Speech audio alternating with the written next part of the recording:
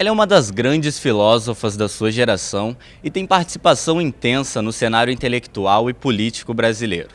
Educadora, Marilena Chaui leciona há mais de 4 décadas na USP, a Universidade de São Paulo.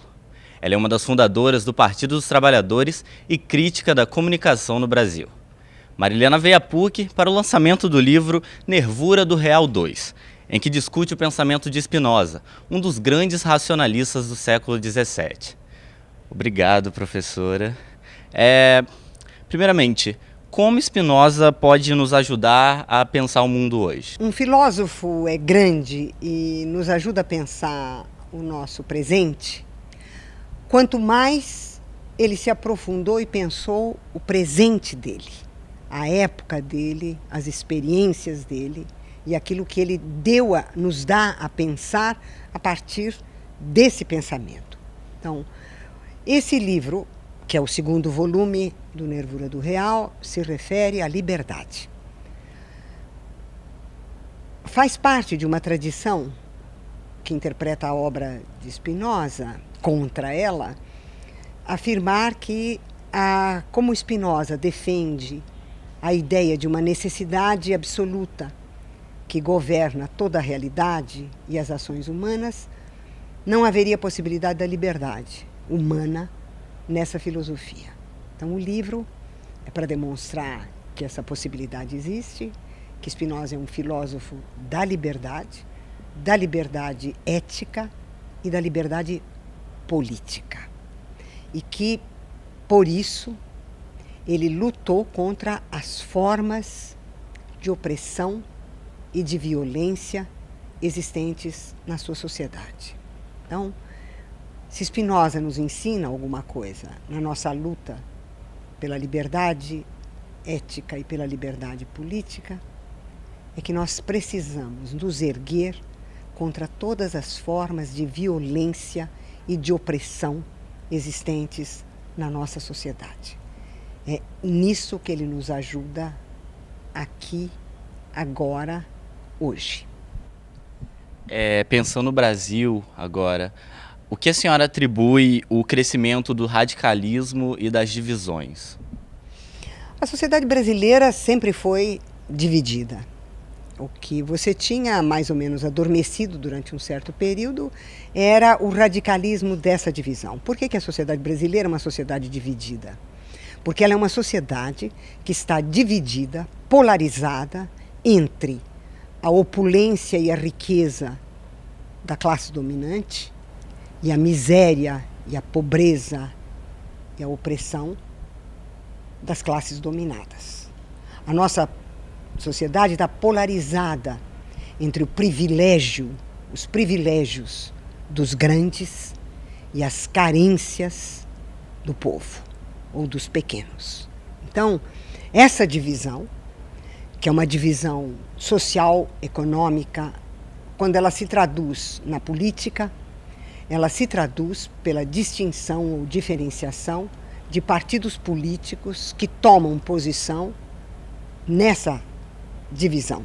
Aqueles que vão em direção ao fortalecimento dos privilégios dos dominantes, dos grandes, e aqueles que vão em busca da defesa dos direitos dos oprimidos e dos pequenos.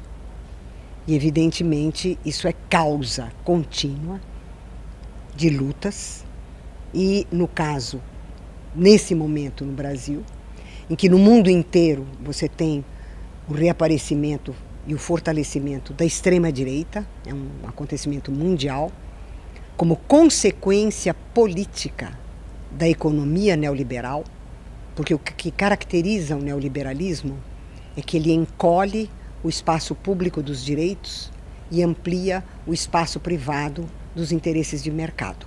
Ele privatiza tudo. E essa privatização aumenta a divisão social, aumenta a desigualdade e aumenta a radicalidade. Isso cria uma onda de violência e de radicalismo enorme. E nós estamos no olho desse furacão. A senhora se identifica com um pensamento de esquerda, né? Há lugar para ideologias no mundo contemporâneo ou elas morreram? Não, ideologia há em toda parte. E a primeira característica da esquerda é que a esquerda faz a crítica de ideologias. A esquerda não tem ideologia.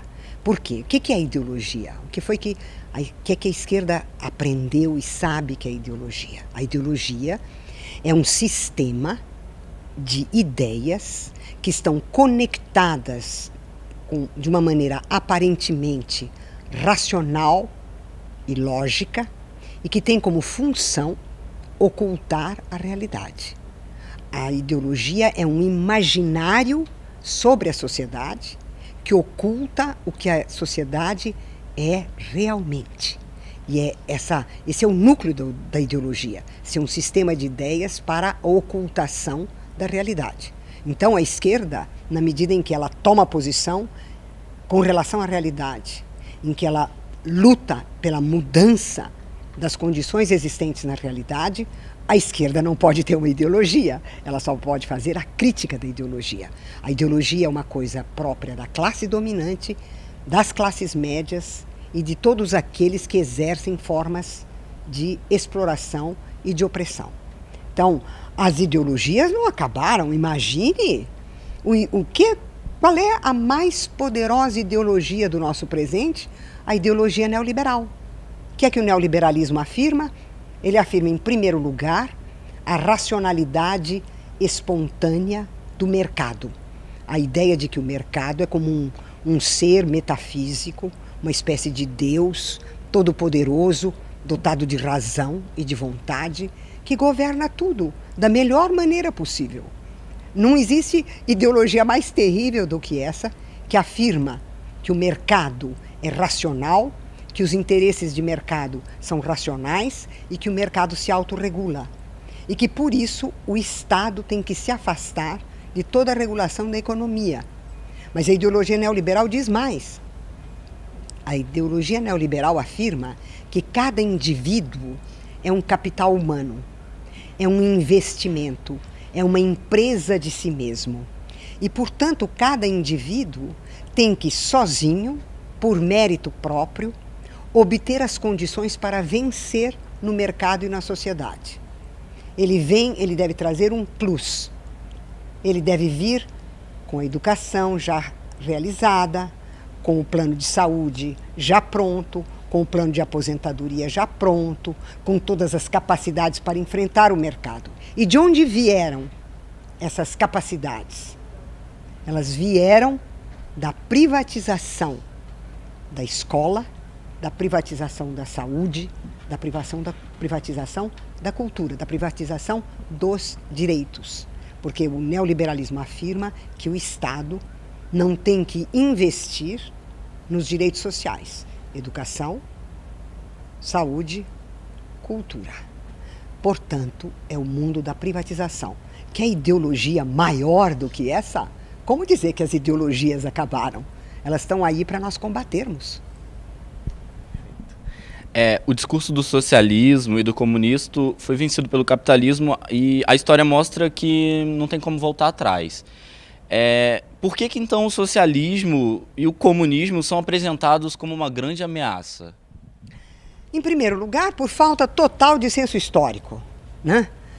Porque as pessoas identificam comunismo com a União Soviética, com a China, com Cuba, e o socialismo com a social-democracia, que havia na Escandinávia, que havia na Inglaterra, que houve durante um certo tempo na França. Bom, o fato de que a China, a União Soviética, a Cuba, tenham sido inteiramente varridas do seu esquema totalitário, fez com que elas fossem nações que se reorganizassem e começassem a operar segundo certas lógicas ligadas à lógica do mercado. Então, quem fala em perigo do comunismo não sabe no que está falando, porque perigo do quê? Não tem mais nenhum Estado comunista no mundo, não tem mais nenhum exército comunista no mundo, não tem mais nada. comunista no mundo, nem socialista. O que é que tem?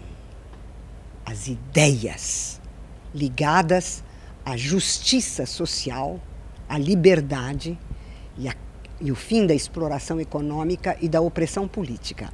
Estas ideias são ideias que alimentaram o pensamento socialista e o pensamento comunista. Essas ideias não morreram. Para que essas ideias morressem, teria sido preciso que a exploração econômica, a opressão política, a desigualdade e a violência tivessem acabado no mundo. Que eu saiba, elas cresceram num grau fora do comum. Elas estão soltas por aí como verdadeiros monstros.